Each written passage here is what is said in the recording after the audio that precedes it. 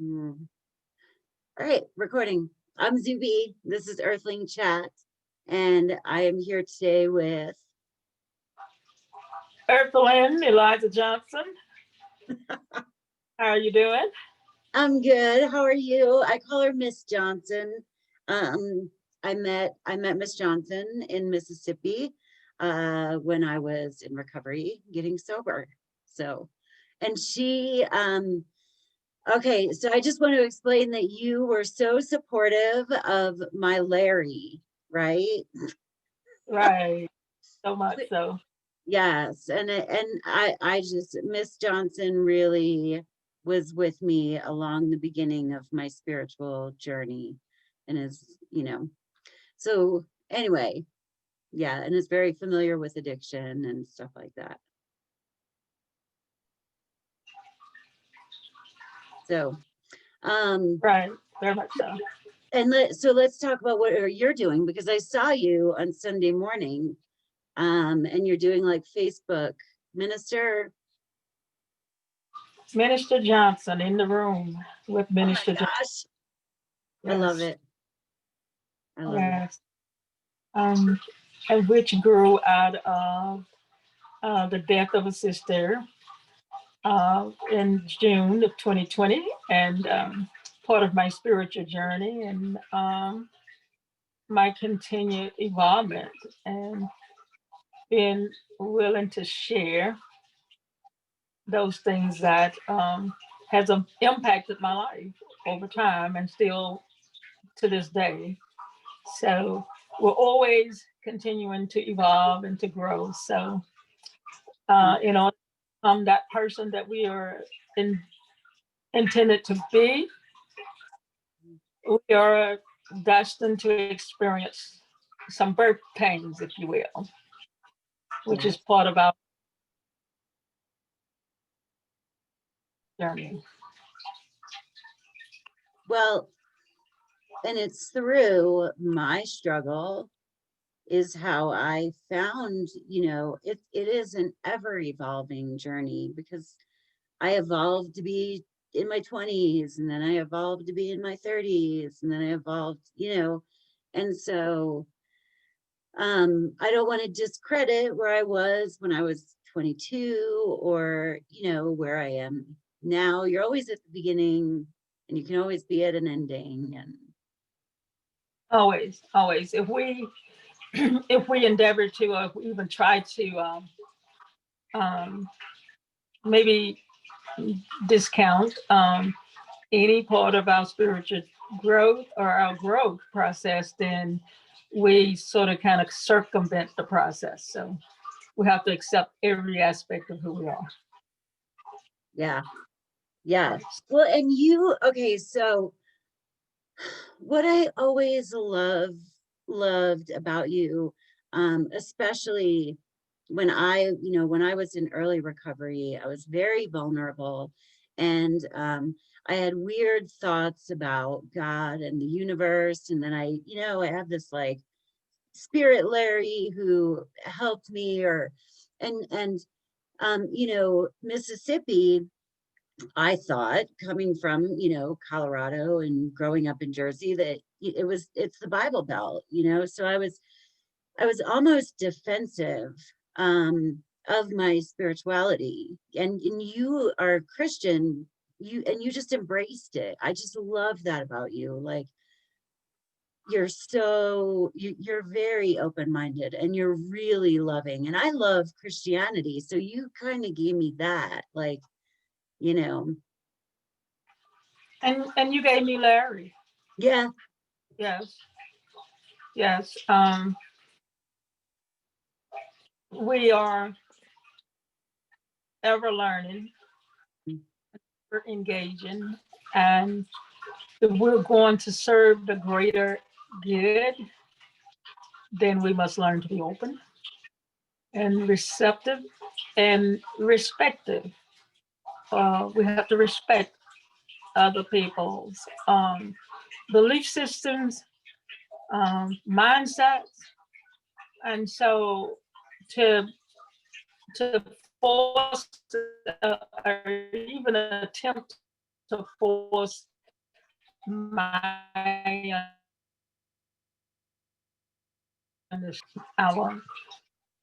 our power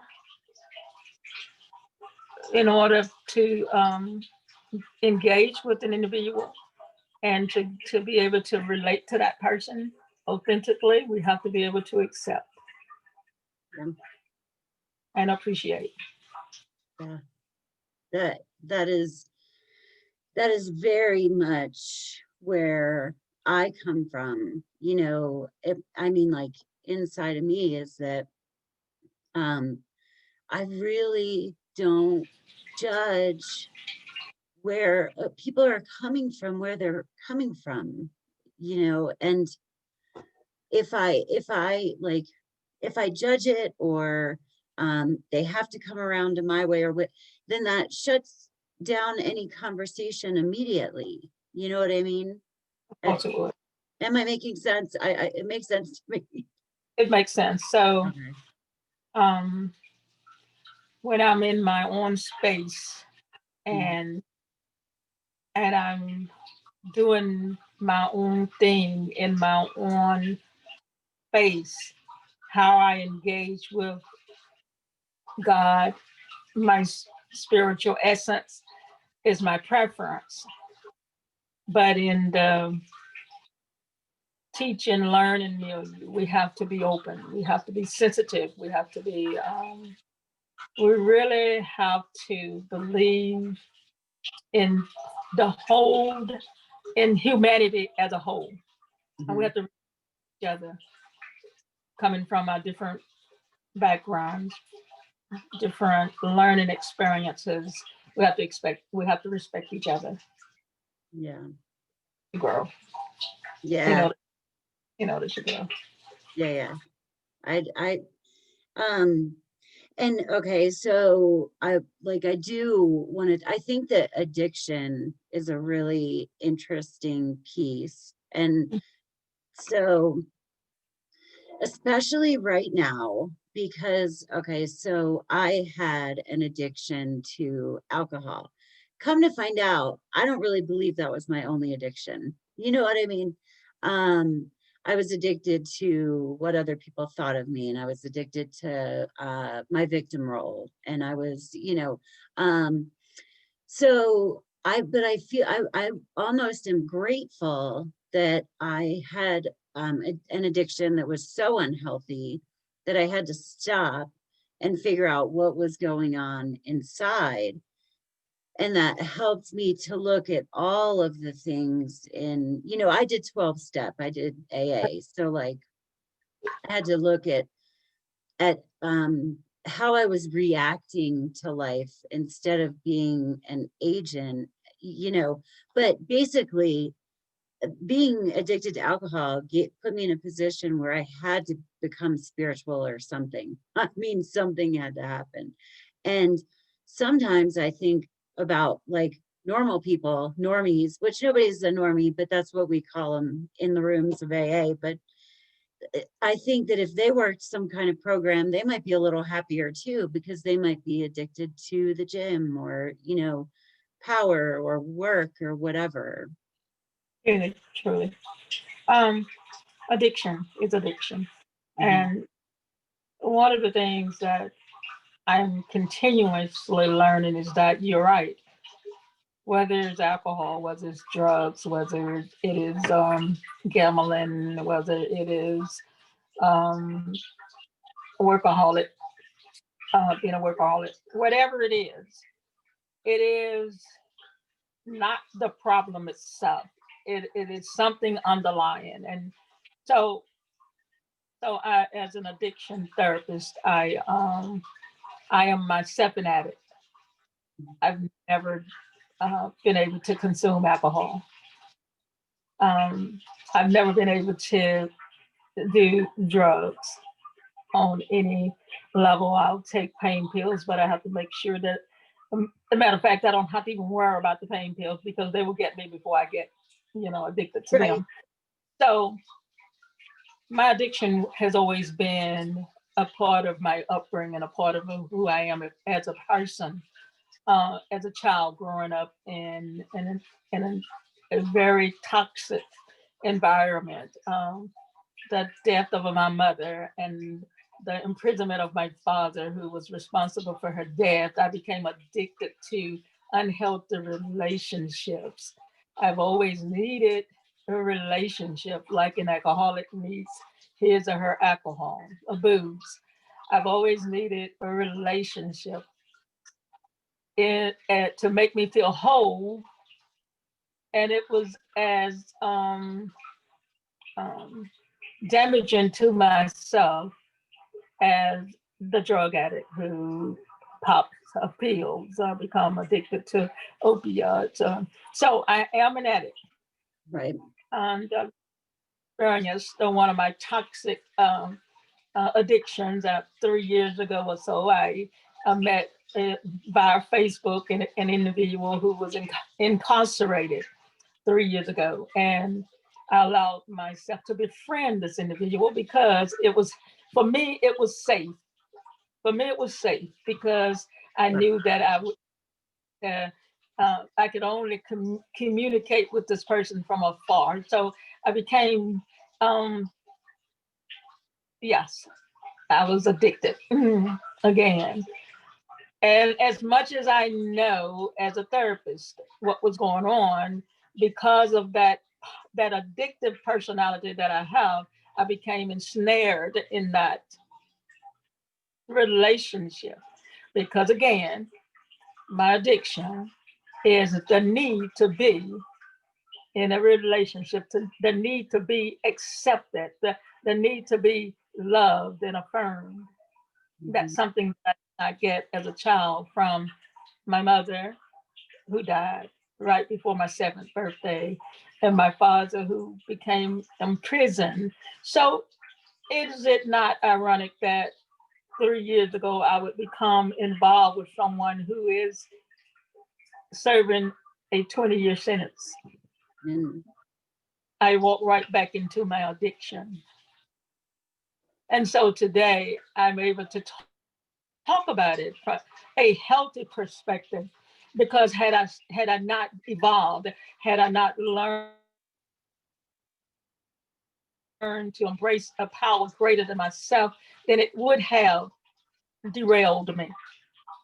It could have had lasting negative impact on my self-esteem. yeah,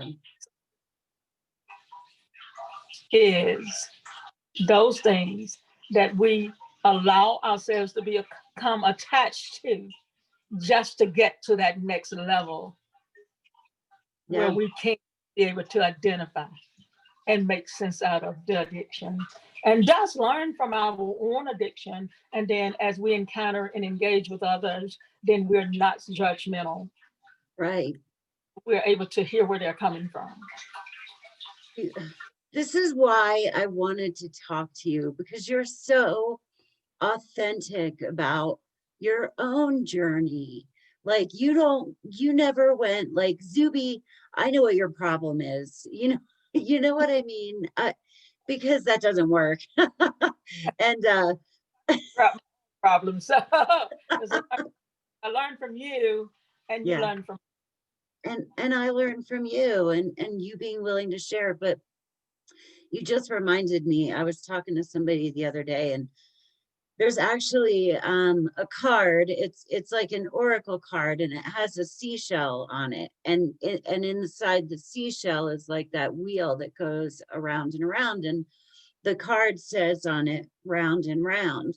And when I showed it to the person, they said, oh, I know, I'm always doing the same thing over and over again. And I said, no, no, no, you're not.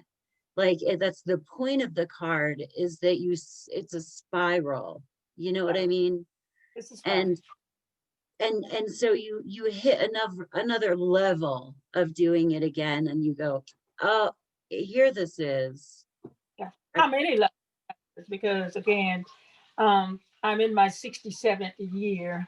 I will be 67 years old in April. Yeah. I was approaching my 7th birthday when my mother died and my father was incarcerated. So 7 years of age, when I first fell victim Yeah. to plans. And here I am, 67 years old, 60 years later, and the spiraling is still there. Yeah. I'm just that I'm not back at the roadside witnessing the death of my mother. I'm just thankful that I have 60 years of experience that will always help me and enable me to become a beacon for someone else, a testimonial for someone else. That if she lived through it and she's still vulnerable and she's still human, because it is a part of the human condition. Yeah. It is a part, and we are always a part of the human condition. And so truth telling is not so much about who hurt me or who victimized me, but who taught me through their actions how to rise above my circumstance. Wow. That just that hit me pretty profoundly. Because I have been struggling a little bit. And I guess I'm just not ready to about, there's a part of my story. And it has to do with not telling my kid or not having my kids, but I'm not prepared to share it because I don't know how to share it in a healthy way yet. You know what I mean? Without hurting people. And so you just gave me a morsel to carry with me. Like, About hurting people. The moment that it becomes about hurting someone, shame basing someone else, because the person that I described could be anybody. yeah, I don't have to call names yeah, because it's about that. And to say that if that person was my teacher, hmm, not my perpetrator, right, not some ogle or some evil spirited person, but they taught me,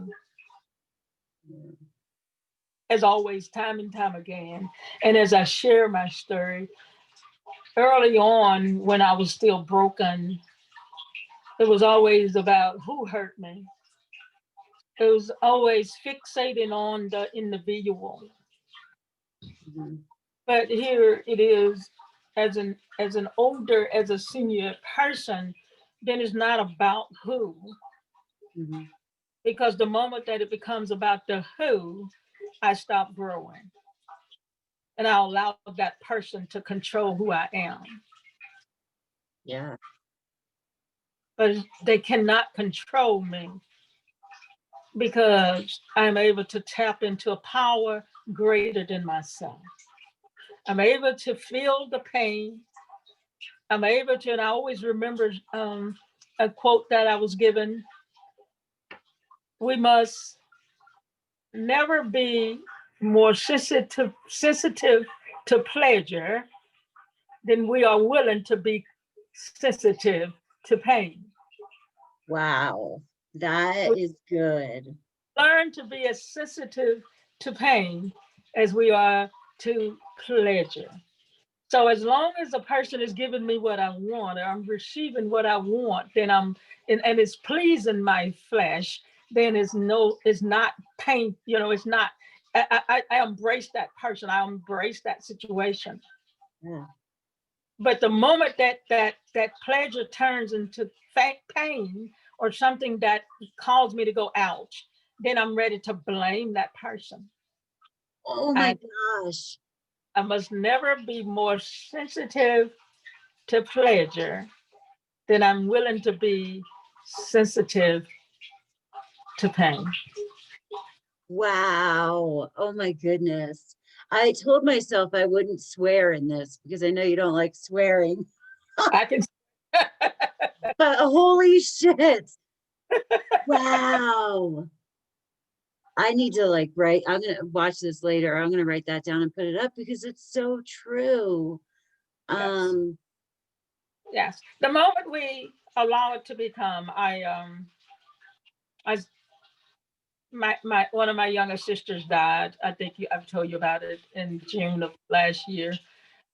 She and I shared the same trauma from childhood mm, as incest survivors, and so the difference between the two of us is that she went inward, mm, and I could never go inward. I could never forget. I could never not recall the smell.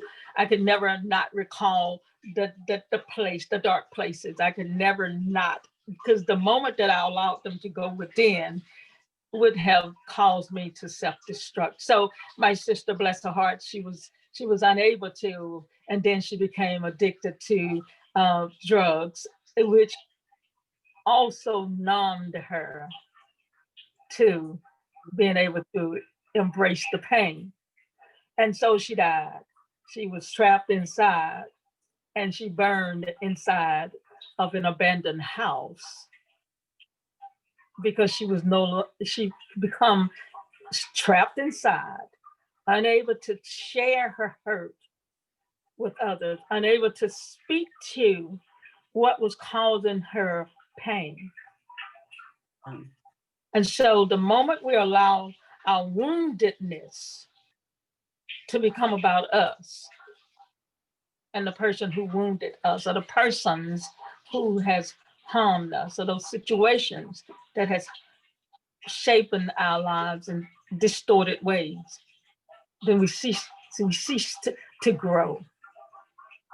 But her death has taught me even the more how to be an oracle, how to be able to speak to others and to encourage them never to go underground, never to be so shame based, so fearful of someone knowing. In other words, we have to take off the mask. yeah.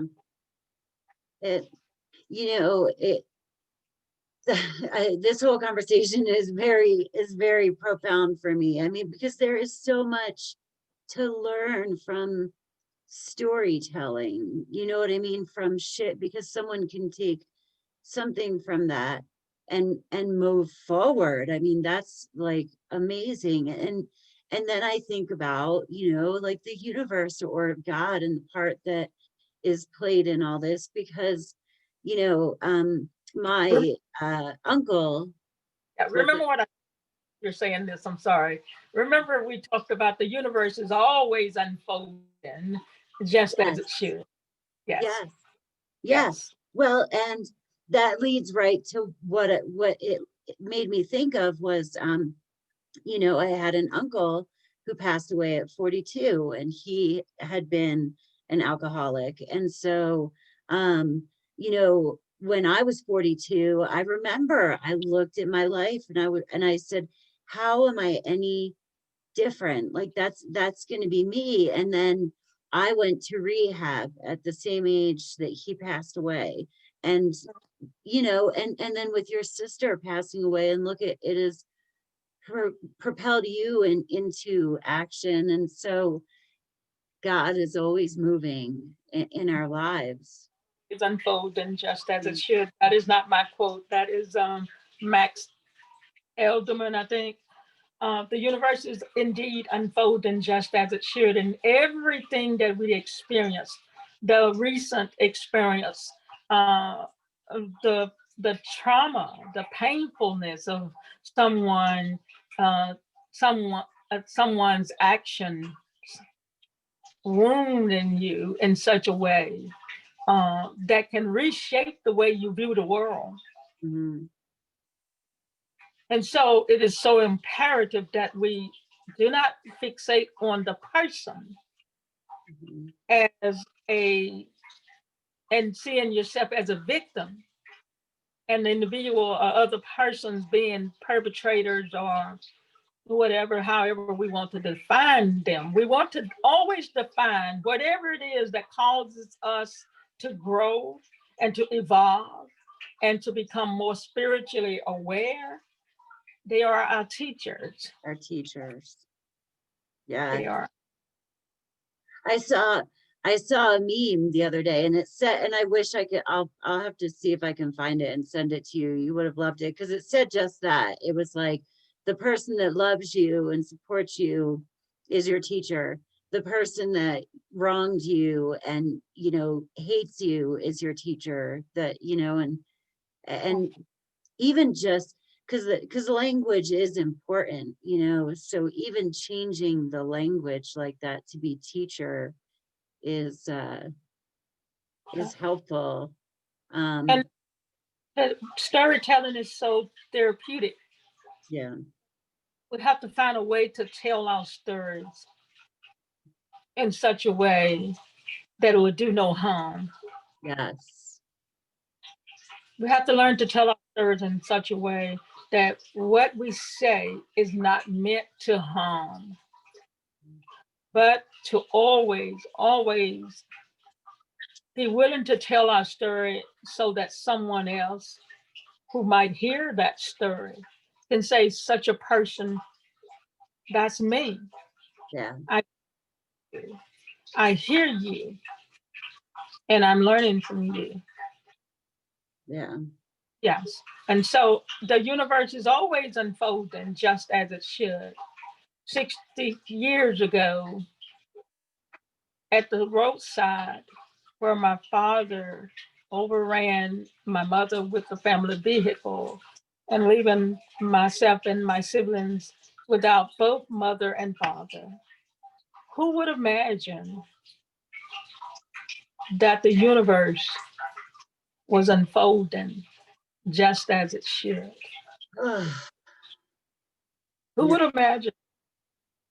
Who would have imagined that a child who was so hungry for touch and so hungry to be loved, to be held, fell victim to childhood sexual abuse that could have trapped even me as it trapped my sister. Yet the universe was unfolding and is unfolding just as it should. We cannot become more sensitive to pleasure without sensitive. Are willing to be sensitive to pain. Wow. Yes. And everything that we experience, when we learn to tell the story, because it is in the ability to tell the story, it is in the ability and our ability to name our teachers and to affirm our teachers and to forgive our teachers or to congratulate or to esteem our teachers. So much so that is releasing us so that we can go on and live and not die. Right. Yes. Yeah. And that's where I'm not quite there yet. I mean, like, I am, you know what I mean? But, and you know what it is just, it's not necessarily.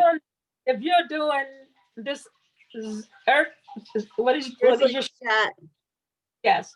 And so you are there. Yeah. It's a matter of embracing it and knowing that everything that we do is a part of our being. We might not be able to name it. Yeah. Because when the individual whom I encountered in the prison system, and now that they are released, they're home, and you would have thought, and I would have thought, well, at least the person would at least come and say, I appreciate you and all of the things that you did to support me while I was inside. But they never did that. They're incapable. They are unable to do that. Mm-hmm. Is it painful? Yes. Yeah.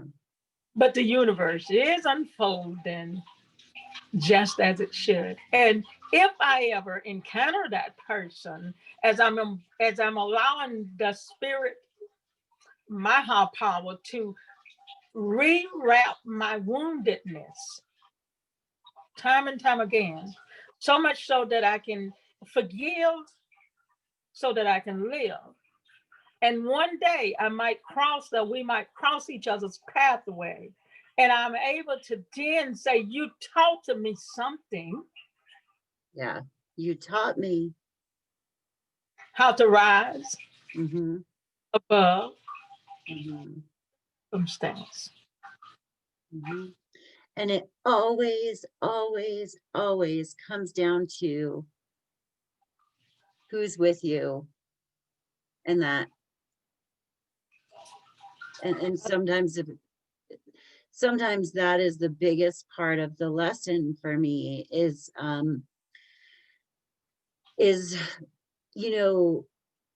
it. Okay, ready? So a little bit of the hard part of the lesson in me is that a trauma response is a little bit to, I can do it all by myself. I don't need anybody, And so I'm learning to let people in, and I might even still have to do it by myself. It's that not placing expectations on people. And that's where Yes. And so I share. And so I yeah. share that. So I have to share that piece. I have to share the experience. If I'm not willing to share this experience, which still render me human, I'm human. I'm still a woman. Said some years ago, ain't I a woman too? Yes, human. I'm still breakable. I still have feelings. And so if I can tell the story of the little girl standing on the side of the road, witnessing the death of a mother and the imprisonment of a father, and if I can tell that story and continue to tell it in victim mode, then to watch that person, that young child, grow up and to become who I am today. And I was able to, and I have been able to over time, to go back and invite that little girl who was standing on the side of the road. And I promised her that she would never get hurt again. And I promised her that I had become woman enough to be able to be for her as well as to be for us. Yeah. Yes. So telling the whole story. Yeah. And all of the in-betweens. Because the moment I'm unwilling to tell the whole story is when I cease to be a change emphasis, a part of the process of evolvement and becoming. Yeah. Yeah. And one of the things I respected so much, like while we, were more actively together, is that, I literally had a white picket fence at my house. You know what I mean? So I felt like sometimes in rehab and all that, I felt like an anomaly, because I didn't have like a traumatic childhood and all that. And you never judged that, you know what I mean? Like and I never would have imagined like the background that you had come from, but that you could hold space for me as someone who largely created their own trauma as an adult. You know what I mean? There was people pleasing. I grew up to be a people pleaser, and I think that kind of, but that's a lot different than experiencing trauma. But the thing is you don't judge it. Well, here's the thing, Zube. Trauma is trauma. Yeah. And as we learn to understand trauma in its rightful perspective, trauma is behind white picket fences. Yeah. Trauma happens. Trauma happens. And what happens is, and especially in the field of addiction therapy, is that individuals whose lives have been a continuous cycle of in and out of a rehab, and never being able to find that whatever it is that's causing me to be in and out of the treatment milieu. Not as a teacher, but as a person who constantly needs help. And so I always say that we can find out, and the moment we're able to find out what it is that I am using alcohol and drugs to cope with, if I can find out what that is and confront that. But if I'm always measuring my trauma up against somebody else's trauma that appears to be so looming and so much more life threatening, then I will negate my the process of healing. Wow. Yes, we are uniquely different, and what makes you go ouch in the night may not even have a Right. that's the norm for me. Right. But for me, behind white picket fence is danger. Behind a whited sepulcher, a church that is supposed to be the place of healing, but then behind and inside of that church, you can encounter a perpetrator or someone who is behind the white fence doing and creating havoc. And so we have to unveil, we have to accept the fact that trauma happens everywhere, anywhere, all the time to many of us. And I cannot say that what impacted you was any less traumatizing than what happened to me. No, I had an experience when I was in college, when I was in college, I had gotten raped, and then as a result of that, and anybody who I'm very open about that, but and I had gotten pregnant, right? So I remember at the time I was pro-life, and I didn't know what I was going to do, but I didn't tell anybody what was going on except for very few people. And this girl came to me, and she was crying because she was in love with two guys. And I can laugh now. She was in love with two guys and she didn't know who to pick. You know what I mean? And at the time I was pregnant by a rapist. And in my head, and I listened to her, I'm just a good person, I really am. And I listened to her, and like there was a voice inside me that was like, she doesn't have any idea. And I was like, no, wait, like, look at her crying. Like, this is like hard for her, you know what I mean? And it was such a profound moment where I was like, her pain is her pain right now.